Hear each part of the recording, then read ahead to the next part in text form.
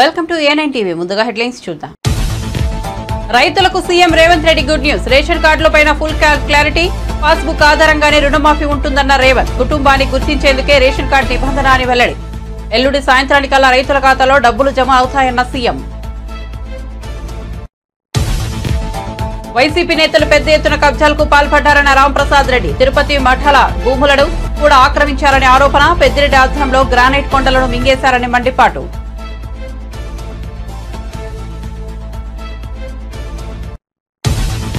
కేసీఆర్ కు విశ్వసనీయత లేదు, ఏమైనా చేయవచ్చని రేవంత్ భావిస్తున్నారన్న ఈటెల రాజేందర్. అడ్డదారులు దొక్కి కాంగ్రెస్ గెలిచిందన్న ఈటెల. రుణమాఫీ నిబంధనలు రైతులకు ఉరితాడుగా మారాయని విమర్శ.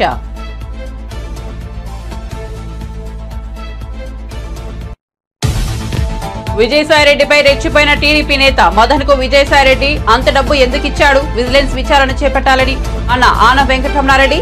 శాంతివర్త మదన్ మోహన్ మీడియా సమావేశంలో చేసిన వ్యాఖ్యలను ఆనం ప్రస్తావన. ప్రోటోకాల్ ఉల్లంఘనలు, పార్టీ ఫిరాయింపులపై శాసనసభాపతి గడ్డం ప్రసాద్ కుమార్ కు బీఆర్ఎస్ ఎమ్మెల్యేల ఫిర్యాదు. పార్టీ మారిన ఎమ్మెల్యేలు సభ్యత్వాలను రద్దు చేయాలని డిమాండ్.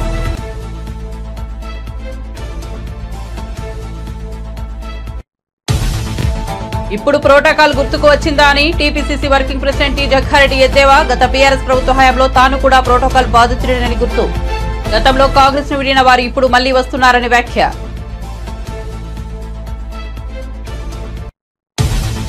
తెలంగాణలో రాగల 5 రోజుల్లో భారీ నుంచి అతి భారీ వర్షాలు కురిసే అవకాశం ఉందన్న హైదరాబాద్ వాతావరణ కేంద్రం. దక్షిణ ఒడిశా పరిసరాల్లో ఉన్న అల్పపీడనం ప్రస్తుతం దక్షిణ ఛత్తీస్గఢ్ ను ఆనుకుని విదర్భను ఆనుకుని ఉందని. అనుబంధంగా ఉపరితల ఆవర్తనం. ఇక వార్త వివరాల్లోకి వెళ్తే, తెలంగాణలో పంట రుణాల మాఫీకి కాంగ్రెస్ ప్రభుత్వం సిద్ధమైన సంగతి తెలిసిందే. అయితే రుణమాఫీకి రేషన్ కార్డు ఉండాలనే నిబంధన అందరినీ గందరగోళానికి గురిచేసింది. ప్రభుత్వంపై విపక్షాలు విమర్శలు ఎక్కుపెట్టాయి. ఈ నేపథ్యంలో ఈ అంశంపై సీఎం రేవంత్ రెడ్డి క్లారిటీ ఇచ్చారు.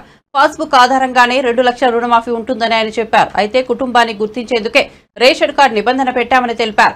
ఈ నెల 18 లోపు లక్షలోపు రుణాలను మాఫీ చేస్తామని చెప్పారు. ఎల్లుండి సాయంత్రానికల్లా రైతుల ఖాతాలో డబ్బులు జమ అవుతాయని తెలిపారు. రుణమాఫీ సంబరాల్లో మంత్రులు, ఎమ్మెల్యేలు, ప్రజాప్రతినిధులు పాల్గొంటారని తెలిపారు.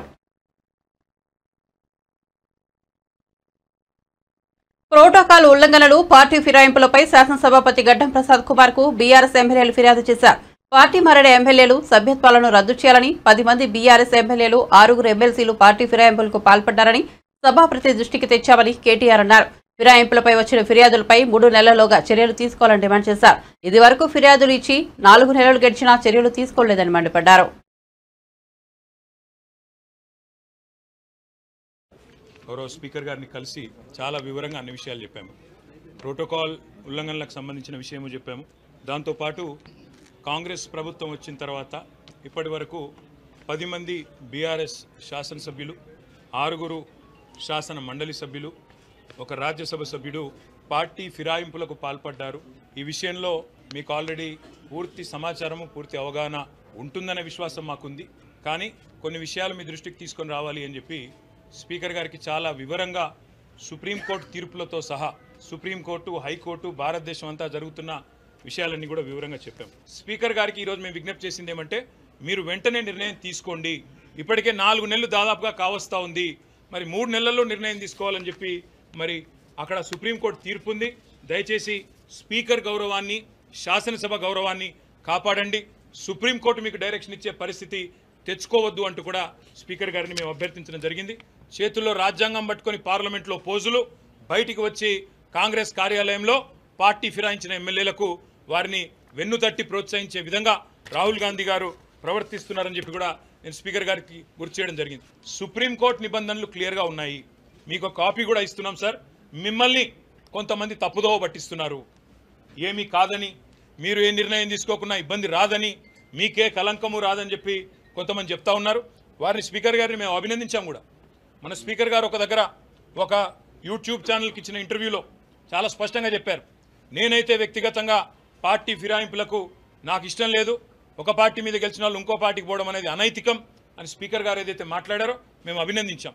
కానీ మాటలతోనే ఆగిపోకుండా మీరు వెంటనే మరి కార్యక్రమం కూడా, కార్యాచరణ కూడా ప్రారంభించి ఈ 10 మందిని కూడా అనర్హులుగా ప్రకటించి ప్రజాక్షేత్రంలో వారి బలాన్ని రుజువు చేసుకునే విధంగా స్పీకర్ గారు నిర్ణయం తీసుకోవాలని చెప్పి కూడా కోరాము. నేను పరిశీలిస్తాను, చట్టబద్ధంగా రాజ్యాంగబద్ధంగా ఏం చేయాల్సి ఉంటుందో తప్పకుండా అన్ని ఆలోచించి నిర్ణయం తీసుకుంటానని చెప్పి స్పీకర్ గారు చెప్పారు. మాకు స్పీకర్ గారి మీద ఇంకా విశ్వాసం ఉంది. ఒకవేళ వారు కనుక నిర్ణయం తీసుకోకపోతే తప్పకుండా సుప్రీంకోర్టుకి పోతాము. ఇవాళ బడేబాయికి చోటాబాయికి పెద్ద తేడా ఏం లేదు. బడేబాయి అక్కడ చేస్తున్న పని ఇక్కడ ఈయన చేస్తున్నాడు చోటాబాయి, ఏం తేడా లేదు.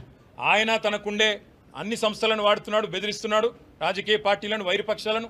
ఈయన కూడా అదే పని చేస్తూ ఉన్నాడు. మాకు పార్టీ మారిన ఎమ్మెల్యేల మీద సానుభూతి ఉంది. ఎందుకంటే వాళ్ళు రాజకీయంగా ఆత్మహత్య చేసుకున్నారు. వారిని నేను కాపాడలేను, ప్రజలు తప్పకుండా వారిని శిక్షిస్తారు ప్రజాక్షేత్రంలో. అందుకే మేము చెప్పేది ఇవాళ రాజకీయాల్లో హత్యలు ఉండవు, ఆత్మహత్యలే ఉంటాయనడానికి ఇవే ఒక గొప్ప నిదర్శనం నేను అనుకుంటా ఉన్నా.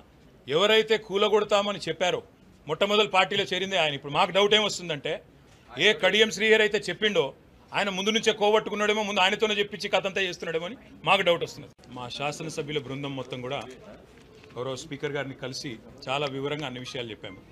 ప్రోటోకాల్ ఉల్లంఘనలకు సంబంధించి బీఆర్ఎస్ ప్రభుత్వ హయాంలో ప్రతిపక్ష ఎమ్మెల్యేలు స్థానిక ప్రజాప్రతినిధులకు ప్రోటోకాల్ పాటించిన కేటీఆర్, హరీష్ రావులకు ఇప్పుడు ప్రోటోకాల్ గుర్తుకు వచ్చిందానని టీపీసీసీ వర్కింగ్ ప్రెసిడెంట్ జగ్గారెడ్డి ఎద్దేవా చేశారు. మంగళవారం గాంధీభవన్లో ఆయన మీడియాతో మాట్లాడారు. వారి పాలన హయాంలో గుర్తుకురాని ప్రోటోకాల్ పై ఇప్పుడు వారికి గగ్గోలు ఎందుకని మండిపడ్డారు. గత బీఆర్ఎస్ ప్రభుత్వ హయాంలో తాను కూడా ప్రోటోకాల్ బాధితుడేనని గుర్తు చేశారు. సంగారెడ్డిలో నన్ను విపక్ష ఎమ్మెల్యేగా అవమానించారని, అయినా పెద్ద మనసుతో నేను పట్టించుకోలేదన్నారు. ప్రభుత్వ కార్యక్రమంలో ఓడిపోయిన మాజీ ఎమ్మెల్యే కొబ్బరికాయ కొట్టేవారని, ఆ సమయంలో హరీష్ రావు జిల్లా కలెక్టర్ పక్కనే ఉండేవారని గుర్తు చేశారు. ఎమ్మెల్యే ఉన్నావు, నువ్వు కొబ్బరికాయలు కొట్టాలి. మంత్రి వస్తుండే పోతుండే, అసలు కలెక్టర్ ఆఫీస్కి ఫోన్లు కూడా ఉండకుండే. ఎమ్మెల్యే నేను, హరీష్ రావు ఓడిపోయిన ఎమ్మెల్యే వచ్చి కొబ్బరికాయలు కొడుతుంది. నేను ఒకరోజు మా పార్టీ నాయకులు, కార్యకర్తలు, ప్రజలు కూడా అడిగారు, అదేందన్నా నువ్వు ఎమ్మెల్యే ఉన్నావు, నువ్వు కొబ్బరికాయలు కొట్టాలి, మరి ఎమ్మెల్యే కొబ్బరికాయలు కొడుతున్నాడు, హరీష్ రావు పక్కన నిలబడ్డాడు, ఆ పక్క కలెక్టర్ ఉన్నాడు, ప్రోటోకాల్ ఏం లేదన్నా అంటే నేనన్నా, అరే మనకు ఉదారమైన స్వభావం ఉన్నదిరా, కొట్టుకొని కానీ అన్నా. కొబ్బరికాయలు ఏంద్రా, గుమ్మడికాయలు కూడా కొట్టుకొని పోయినాడని చెప్పేసి నేను ఎప్పుడు కూడా, ఎందుకంటే కలెక్టర్ కానీ అధికారులకు కానీ ఫోన్ చేయలే. అరే నాయనా నేను ఎమ్మెల్యే ఉన్నా, నేను కొట్టాల్సిన కొబ్బరికాయలు గుమ్మడికాయలు అవతలోడు ఓడిపోయినాడు కొడుతున్నాడు, మరి మంత్రి ఏమో పక్కకు నిలబడ్డాడు, ఆ కలెక్టర్ ఏమో చేతులు కట్టుకొని నిలబడ్డాడు.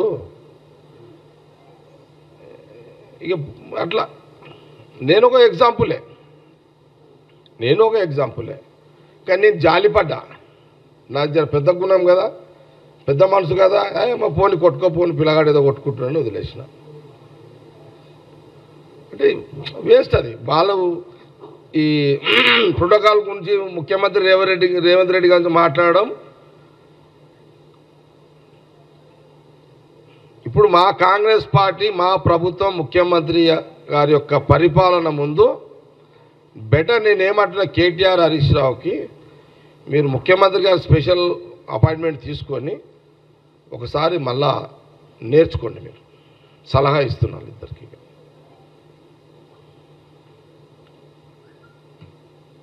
నేర్చుకోండి ఒకసారి మీరు. ఇక మళ్ళీ మీరు కాలేజ్ అయిపోయింది, మీరు కాలేజ్ చదివిరని మీరు అనుకుంటున్నారు, మళ్ళీ మీరు యూకేజీ నుంచే స్టార్ట్ చేయండి, మళ్ళీ నేర్చుకోవాలి తప్పదు మీకు. అది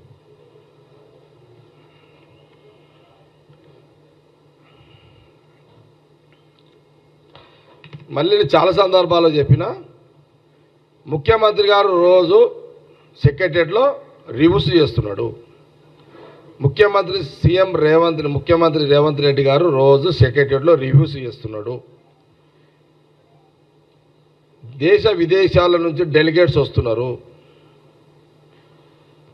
4 గంటల నుంచి 6 గంటల వరకు అటో ఇటో అపాయింట్మెంట్స్ ఉన్నాయి. అందరు కూడా అపాయింట్మెంట్లో పోయి కలుస్తున్నారు.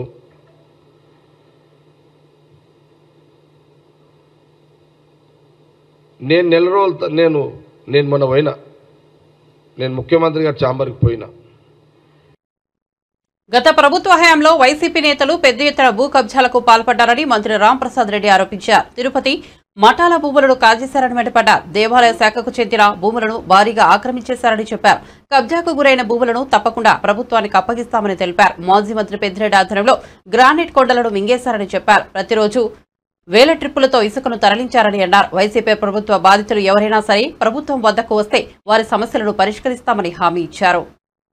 పార్టీ అధికారంలోకి వచ్చిన 35 రోజుల్లోనే గత 5 సంవత్సరాల్లో జరిగిన దోపిడీ విషయంలో సరైన ప్రణాళికతో మేము ముందుకెళ్తున్నాం.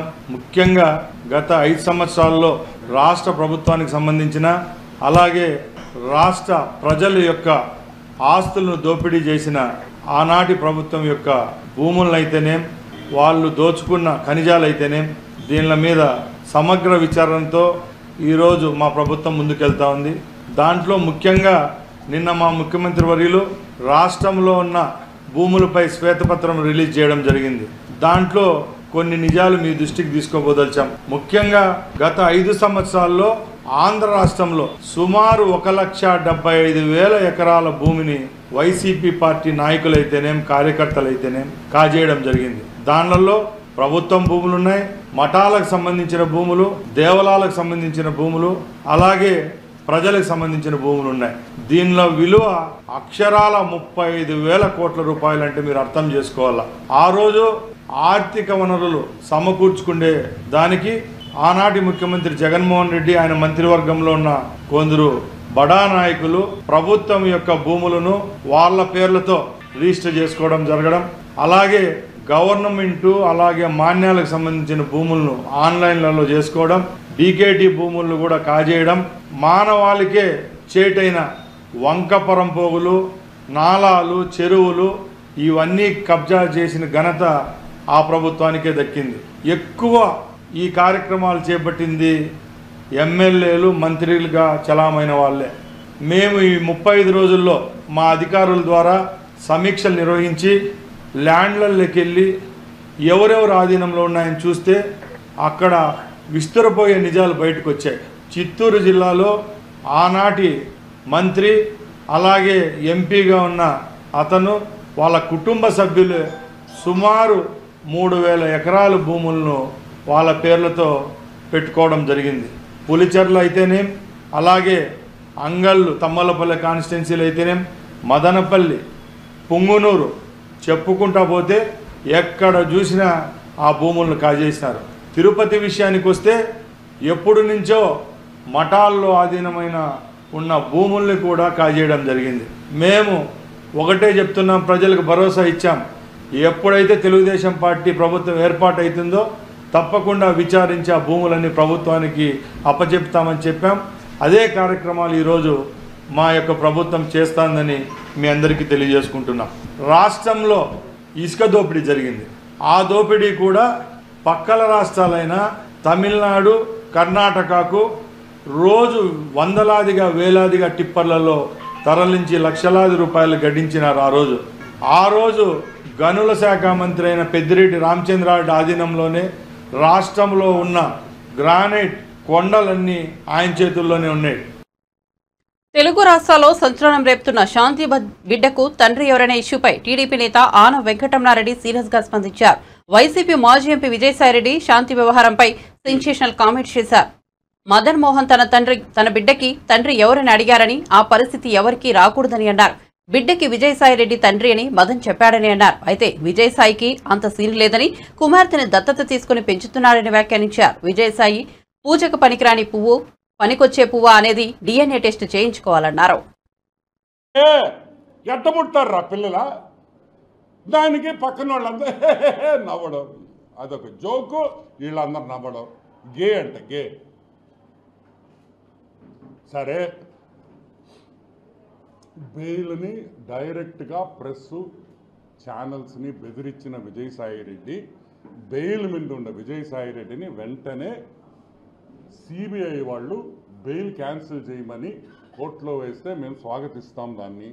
ఎందుకంటే ఇక్కడితో ఆగేది కాదు, ఇది పెద్దదై చిలికి గాలివాన్ అవుద్దని మనకు అందరికీ తెలుసు. ఈ who is the father of the child అనేది కూడా బయటికి రావాలి డెఫినెట్గా. ఇంకొక విషయం,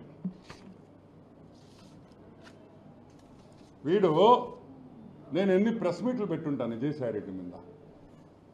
ఆదాన్ డిస్టిలరీస్, సారాయి రెడ్డి, పొట్టి సారాయి రెడ్డి ఎప్పుడైనా ప్రెస్ మీట్ పెట్టాడు? ఈడ పెట్టారే. నేను అడిగిన క్వశ్చన్లకి కాకినాడ డీప్ సీ పోర్ట్ పెట్టా, వైజాగ్ ల్యాండ్స్ పెట్టా, టీడీఆర్ బాండ్స్ ఎప్పుడైనా పెట్టా అంటే వాటికి మాత్రం ఈయన ఆన్సర్ ఇడు. ఆయన ఈయనీడు ఈ ట్విట్టర్లో పెడతాడు. ట్విట్టర్ అన్ని విషయాల్లో కూడా ఈరోజు వైజాగ్ దోపిడీ చేసింది విజయసాయిరెడ్డి అనేది అర్థమైపోయింది. 1,60,00,000 ఇచ్చిన ఒక మెంబర్ ఆఫ్ పార్లమెంట్ చెప్తుండింది, ఒక సెంట్రల్ గవర్నమెంట్ ఎంప్లాయీ, ఒక మెంబర్ ఆఫ్ పార్లమెంటు 1,60,00,000 రూపాయలు ఒక సెంట్రల్ గవర్నమెంట్ ఎంప్లాయీకి ఇచ్చాడంటే అతను వెంటనే అరెస్ట్ చేయాలి, సిబిఐ ఎంక్వైరీ అడుగుతున్నాం. ఎందుకంటే it is a serious matter. ఒక పక్క మెంబర్ ఆఫ్ పార్లమెంట్ రాజ్యసభ, ఒక పక్క సెంట్రల్ గవర్నమెంట్ గ్రూప్ 1 ఆఫీసర్. ఒక గ్రూప్ 1 ఆఫీసర్కి 1,60,00,000 ఇచ్చాడని ఆ గ్రూప్ 1 ఆఫీసర్ ఒప్పుకున్న తర్వాత ఈరోజు విజయసాయి రెడ్డిని వెంటనే అరెస్ట్ చేసి సిబిఐ ఎంక్వైరీ చేసి మొత్తం ఒక 2 లాఠీతో 2 తగిలిచ్చేస్తే అన్ని విషయాలు బయటకు వస్తాయని కూడా నేను మనవి చేస్తున్నా. అదే కాదు, ఒక వ్యూ ఇంకొక వ్యూ కూడా ఉంది, అది మళ్ళీ చెప్తా. సో ప్రెస్ని బెదిరించిన వెంకటకృష్ణ గారి కాడి నుంచి, రాధాకృష్ణ గారి కాడి నుంచి, బిఆర్ నాయుడు గారి కాడి నుంచి, వంశీ అయితే ఏమి, రామోజీరావు ఈనాడునైతే ఏమి బెదిరించి అడ్డదారులు తక్కి ప్రజలను మోసం చేసి కాంగ్రెస్ అధికారంలోకి వచ్చిందని బీజేపీ ఎంపీ ఈటెల రాజేందర్ అన్నారు. రైతులకు 2 లక్షల రుణమాఫీ చేస్తామని ఎన్నికలకు ముందు కాంగ్రెస్ హామీ ఇచ్చిందని, ఇప్పుడు రుణమాఫీకి తెల్ల రేషన్ కార్డు ఉండాలనే నిబంధన పెట్టారని విమర్శించారు. రైతు రుణమాఫీకి 6 పేజీల నిబంధనలు పెట్టారని మండిపడ్డారు. రుణమాఫీ నిబంధనలు రైతులకు ఉరితాడుగా మారాయని చెప్పారు. రేషన్ కార్డులకు దరఖాస్తులు తీసుకుని 7 నెలలైనా ఎందుకు మంజూరు చేయలేదని ప్రశ్నించారు. కేసీఆర్ విశ్వసనీయత లేని నాయకుడిని, అందుకే ఆయనకు ప్రజలు బొందపెట్టారని అన్నారు. కేసీఆర్ను ఓడించాలని కాంగ్రెస్ అడ్డగోలు హామీలు ఇచ్చిందని చెప్పారు. ఒక్కొక్క జిల్లాలో ఒక్కొక్క బహిరంగ సభలో రాహుల్ గాంధీ గారి చేత ఒకటి, ప్రియాంక గాంధీ గారి చేత ఒకటి, వాళ్ళ దేశ అధ్యక్షుల చేత ఒకటి, ఇట్లా అనేక ఇచ్చింది, హామీలు ఇచ్చింది. అందులో ఒక హామీ రైతాంగానికి 2 లక్షల రూపాయలు రుణమాఫీ, అన్కండిషనల్, ఏ కండిషన్ లేదు. ఇవాళ ఏ 6 పేజీల నిబంధనలు అయితే ఇవాళ ప్రకటించారో, రైతు రుణమాఫీకి 6 పేజీల నియమ నిబంధనలు అని చెప్పి ప్రకటించారో, ఈ నియమ నిబంధనలే రైతుకు ఉరితాళ్ళు. ఈ నియమ నిబంధనలే రైతాంగాన్ని మరోసారి వంచడం, మోసం చేయడం తప్ప ఇంకోటి కాదు. ఇవన్నీ చదవాలంటే ఒక అర్ధగంట గంట అయినా కూడా ఇవాళ కూడా రేవంత్ రెడ్డి గారికి స్పష్టమైన అవగాహన ఉన్నది. రేవంత్ రెడ్డి గారు ఒక సందర్భంలో ఉందా అది కిషోర్ గారు అంటే ఆయన ఏమంటాడంటే, ఆయన మాటలు చెప్తా.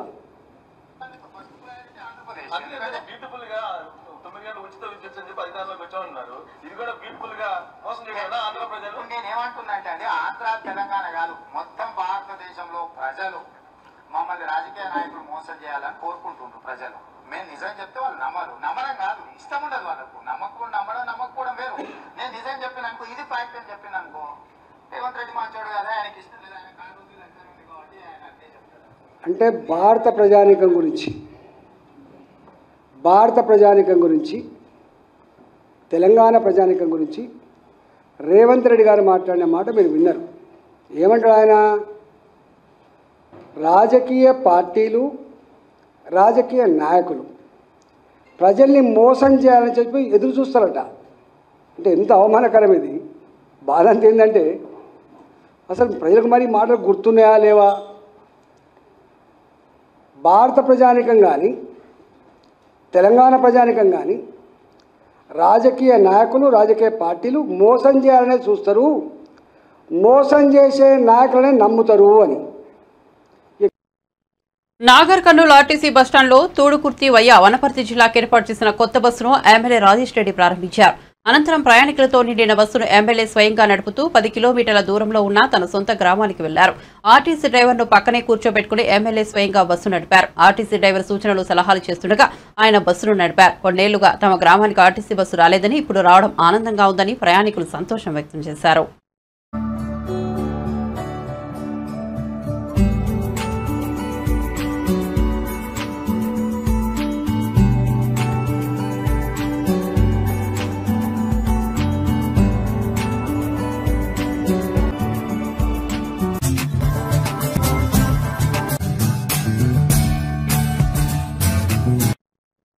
బల్కంపేట కళ్యాణంలో రాతోత్సవ కార్యక్రమంలో పోతురాజులకు శివసత్తులకు అవమానం జరిగిందని జోగిని శ్యామల ఆవేదన వ్యక్తం చేశారు. సోమాజిగూడ ప్రెస్ క్లబ్ లో మంగళవారం జోగిని శ్యామల మీడియా సమావేశంలో మాట్లాడారు. రాతోత్సవంలో జోగినీలు శివసత్తులపై లాఠీచార్జ్ చేసి అవమానించారని ఆమె అన్నారు. మమ్మల్ని కొట్టినందుకు మేం మనస్తాపానికి గురయ్యామని జోగిని శ్యామల చెప్పుకొచ్చారు. రాజు బాగుండాలని, రాష్ట్రం బాగుండాలని మేము అమ్మవార్లను పూజిస్తాం. అలాంటి మమ్మల్ని అడ్డుకుంటున్నారని ఆమె తెలిపారు. నా రిక్వెస్ట్ చేసి వేడుకుంటున్నాను. ఎందుకంటే ఆ బంగారు బోనం అమ్మవారి ముక్కు పుడకలు, అమ్మవారికి వచ్చిన నగదు, కమ్మలు, పుస్తెలు ఇవన్నిటితో కరగబోసి చేయించింది. ఇది కావాలంటే రికార్డ్ మీరు తీసుకోండి. అది అందరికీ రైట్ ఉండదు. ఆ బంగారు బోనం ఎత్తుకోవడం వల్ల ఈరోజు ఎంతమంది ఇబ్బందుల పాలయ్యారో మీ అందరికీ తెలుసు. అది వాళ్ళు కావాలని చేయలేకపోవచ్చు, కావాలని చేశాను, నేను పేర్లు కూడా ఎత్తట్లేదు, కావాలని చెయ్యలేదు, కానీ బాగా చెయ్యాలి, జాతర బాగా చెయ్యాలని చేసి ఉంటారు. పాపం వాళ్ళని కూడా నేను దూషించాను. కానీ అది నజర్ బోనం లాగా, సదర్ బోనం లాగా అది ఎత్తుకునే రైటు ఒక జోగోళ్ళకే, లేకపోతే ఆ మాతంగికో, ఆ రంగం చెప్పే ఆమెకో అది ఉంటుంది.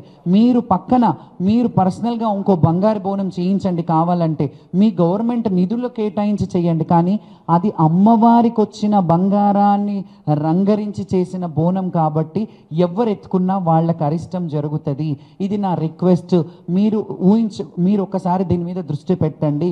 మీరు మట్టి కుండలో తెచ్చినా అమ్మవారి ప్రసన్నం అవుతుంది. మీరు ప్రతి సీఎం వచ్చి ఇక్కడ బోనం సమర్పించే ఆనవాయితీ ఉంది. మీరు కూడా రండి, వచ్చి బోనం చెయ్యండి. అందులో మాలాంటి వాళ్ళకి ఇబ్బందులు లేకుండా మీరు మంత్రి గారు, కొండ సురేఖ గారు, మీకు కూడా ఒక రిక్వెస్ట్ చెప్తున్నాను. మాకు అంత ఇష్యూ అయింది, నేను వచ్చి మీకు ఒక రిప్రజెంటేషన్ ఇచ్చాను.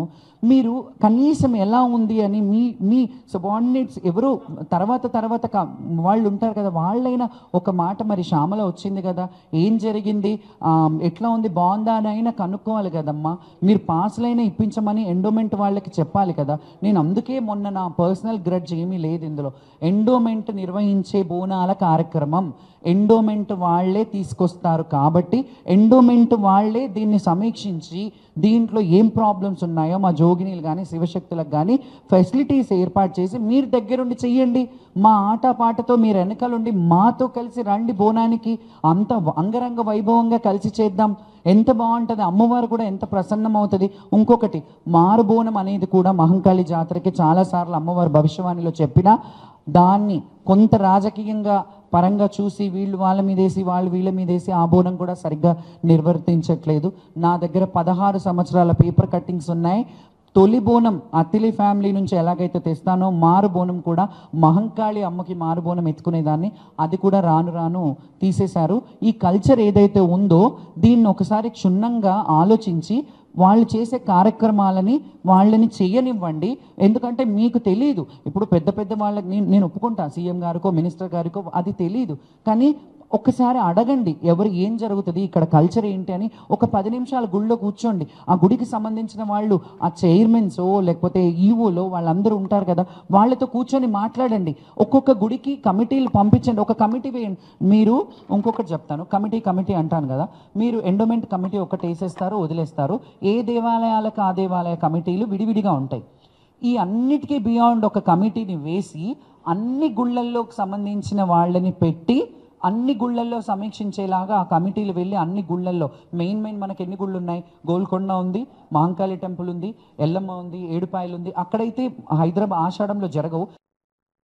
రైతులందరికీ ఎలాంటి షరతులు లేకుండా రుణమాఫీ చేయాలని బీఆర్ఎస్ తరఫున మాజీ మంత్రి హరీష్ రావు డిమాండ్ చేశారు. అసెంబ్లీ ప్రాంగణంలో ఏర్పాటు చేసిన మీడియా సమావేశంలో ఆయన మాట్లాడారు.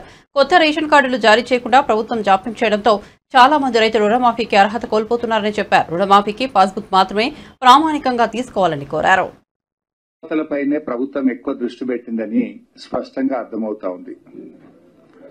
మొత్తంగా రైతు రుణమాఫీలో రైతుల సంఖ్యను తగ్గించడానికి, రుణమాఫీ డబ్బును తగ్గించడానికి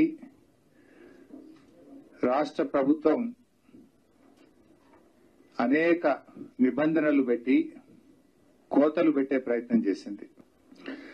రైతును రైతుగా చూడాలి గాని రేషన్ కార్డు నిబంధన పేరిట, కుటుంబ నిబంధన పేరిట రైతుల సంఖ్యను తగ్గించడానికి రాష్ట్ర ప్రభుత్వం ప్రయత్నం చేసింది. రైతు రుణమాఫీకి ఇన్ని రంధ్రాన్వేషణలు ఎందుకు? ఆ రోజేమో ముఖ్యమంత్రి గారు వెంటనే పోయి రుణాలు తెచ్చుకోండి అని ఆ రోజు రైతులను ఆకర్షించడానికి, ఓట్లు దండుకోవడానికి ముఖ్యమంత్రి గారు ప్రయత్నం చేశారు. రేషన్ కార్డు, ఒక కుటుంబానికి రేషన్ కార్డును ఆధారంగా తీసుకుంటాం, ఒక కుటుంబంలో ఒక రైతుకు మాత్రమే రుణమాఫీ చేస్తామంటున్నారు. మరి ఎన్నికల ముందు కూడా రేషన్ కార్డు ఉన్నవాళ్లు మాత్రమే ఉరకండి, వాళ్లకు మాత్రమే రుణమాఫీ చేస్తామని చెప్తే బాగుండేది కదా. ఆ రోజేమో ప్రతి రైతుకు అని మాట్లాడారు. 70 లక్షల మంది రైతులు అనే పదం వాడారు. ఆ వీడియో కూడా ఉంది. ఇవాళేమో కొందరు ఆగబడుతున్నావు. ఇది ఎక్కడి పద్ధతి అని మేము అడుగుతా ఉన్నాం.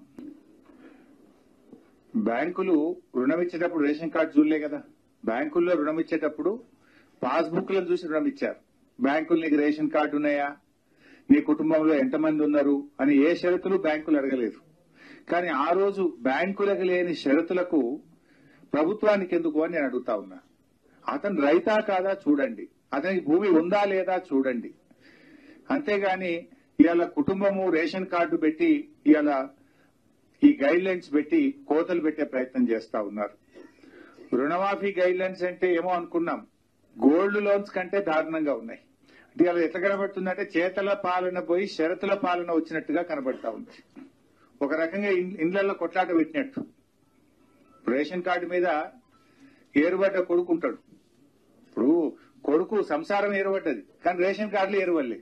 కానీ రేషన్ కార్డులు ఒకటే ఉన్నావు కదా, నీకు ఒకరికే మాఫీ చేస్తా అంటున్నది ఈ ప్రభుత్వం. రేషన్ కార్డులు విడిపోనంత మాత్రాన రుణమాఫీకి వాళ్ళు అర్హులు కాకుండా పోతారా? ఇవాళ ఇంట్లో కుటుంబంలో చిచ్చు పెట్టినట్టు కదా. నిజమైన రైతులకు రుణమాఫీ వర్తించజేయకుండా రాష్ట్ర ప్రభుత్వం ఇవాళ దారుణంగా రైతుల్ని మోసం చేస్తా ఉంది. ఇవాళ రాష్ట్రంలో మీరే ప్రజాపాలనలో దరఖాస్తులు తీసుకున్నారు. కొత్త రేషన్ కార్డులు ఇస్తామని దరఖాస్తులు తీసుకున్నారు. లక్షల మంది 7 నెలల కింద దరఖాస్తులు పెట్టినారు. 7 నెలల నుంచి మీ దగ్గర దరఖాస్తులు పెండింగ్ లో ఉన్నాయి. మరి ఆ కార్డులు ఇచ్చుంటే మరికొన్ని లక్షల మంది రైతులు ఇలా అర్హులు అయ్యేవాళ్ళు కదా. ఈ రోజు వరకు కార్డులు ఇవ్వకపోతే మరి ఈ రోజు నీకు కార్డు లేదు కనుక నీకు రైతు రుణమాఫీ జరగదు అంటే ఇది రైతుల్ని దగా చేయడం కాదా? ఆధార్ కార్డు లేదు కనుక నీకు రైతు రుణమాఫీ చెయ్యము అంటే ఇది సబబా అని మేము అడుగుతా ఉన్నాం. ఇలాంటి షరతులు తక్షణమే ఉపసంహరించుకోవాలి. అతను రైతా కాదా చూడండి. నిజమైన రైతు రుణమాఫీ జరగాలంటే పాస్బుక్ ఆధారంగా రుణమాఫీ చేయండి. ఇలాంటి షరతులు ప్రభుత్వం పెట్టడం ఇది తీవ్రంగా అన్యాయం. పీఎం కిసాన్ నిబంధనలను వర్తింపజేసి రాష్ట్రంలో సగానికి సగం రైతులకు రుణమాఫీ లేకుండా ఎగ్గొట్టే ప్రయత్నం. రైతు బంధు కింద మన రాష్ట్రంలో రైతు బంధు పొందిన రైతులు ఎందరు అంటే తెలంగాణలో రాగల 5 రోజులు భారీ నుంచి అతి భారీ వర్షాలు కురిసే అవకాశం ఉందని హైదరాబాద్ వాతావరణ కేంద్రం హెచ్చరించింది. దక్షిణ ఒడిశా పరిసరాల్లో ఉన్న అల్పపీడనం ప్రస్తుతం దక్షిణ ఛత్తీస్గఢ్ ఆనుకుని విదర్భను ఆనుకుని ఉందని, అనుబంధంగా ఉపరితల ఆవర్తనం సగటున సముద్ర మట్టానికి 5.8 కిలోమీటర్ల ఎత్తులో నైరుతి దిశగా వంగి ఉందని పేర్కొంది. అల్పపీడనం ఈ నెల 19న పశ్చిమ మధ్య ప్రాంతాలను ఆనుకుని ఉన్న వాయువ్య బంగాళాఖాతంలో ఏర్పడే అవకాశం ఉందని పేర్కొంది. మంగళవారం నుంచి బుధవారం వరకు ఆదిలాబాద్, కుమ్రంభీం, ఆసిఫాబాద్, మంచిర్యాల, నిర్మల్, నిజామాబాద్, జగిత్యాల, కరీంనగర్, పెద్దపల్లి, జయశంకర్, భూపాలపల్లి, ములుగు, కొత్తగూడెం, జనగాం జిల్లాలో అక్కడక్కడ భారీ వర్షాలు కురిసే అవకాశం ఉందని పేర్కొంది. బులెటిన్ ముగించే ముందు హెడ్లైన్స్ మరోసారి చూద్దాం. రైతులకు CM Revanth Reddy good news. Ration card పైన ఫుల్ క్లారిటీ, పాస్బుక్ ఆధారంగానే రుణమాఫీ ఉంటుందన్న రేవంత్. కుటుంబాన్ని గుర్తించేందుకే రేషన్ కార్డు నిబంధనను వెల్లడి. ఎల్లుండి సాయంత్రానికల్లా రైతుల ఖాతాల్లో డబ్బులు జమ అవుతాయన్న సీఎం.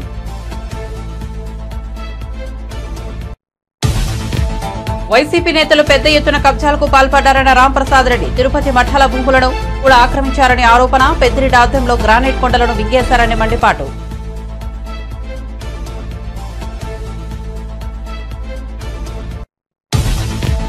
కేసీఆర్ కు విశ్వసనీయత లేదు, ఏమైనా చేయవచ్చన్న రేవంత్ రెడ్డి భావిస్తున్నారన్న ఈటెల రాజేందర్. అడ్డదారులు తొక్కి కాంగ్రెస్ గెలిచిందన్న ఈటెల.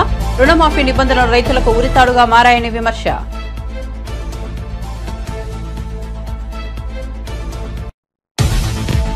విజయసాయిరెడ్డిపై రెచ్చిపోయిన టీడీపీ నేత మదన్ కు విజయసాయిరెడ్డి అంత డబ్బు ఎందుకు ఇచ్చాడు? విజిలెన్స్ విచారణ జరపాలన్న ఆనం వెంకటరమణారెడ్డి. శాంతివర్త మదన్ మోహన్ మీడియా సమావేశంలో చేసిన వ్యాఖ్యలను ఆనం ప్రస్తావన.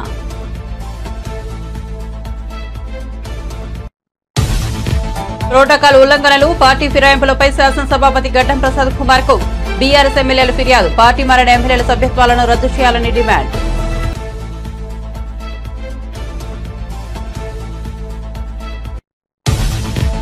ఇప్పుడు ప్రోటోకాల్ గుర్తుకు వచ్చిందనని టీపీసీసీ వర్కింగ్ ప్రెసిడెంట్ జగ్గారెడ్డి ఎద్దేవా. గత బీఆర్ఎస్ ప్రభుత్వ హయాంలో తాను కూడా ప్రోటోకాల్ బాధితునని గుర్తు. గతంలో కాంగ్రెస్ ను వీడిన వారు ఇప్పుడు మళ్లీ వస్తున్నారని వ్యాఖ్య.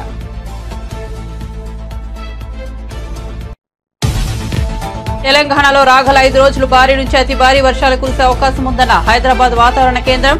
దక్షిణ ఒడిశా పరిసరాల్లో ఉన్న అల్పపీడనం ప్రస్తుతం దక్షిణ ఛత్తీస్గఢ్ ను ఆనుకుని విదర్భను ఆనుకుని ఉందని, అనుబంధంగా ఉపరితల ఆవర్తనం.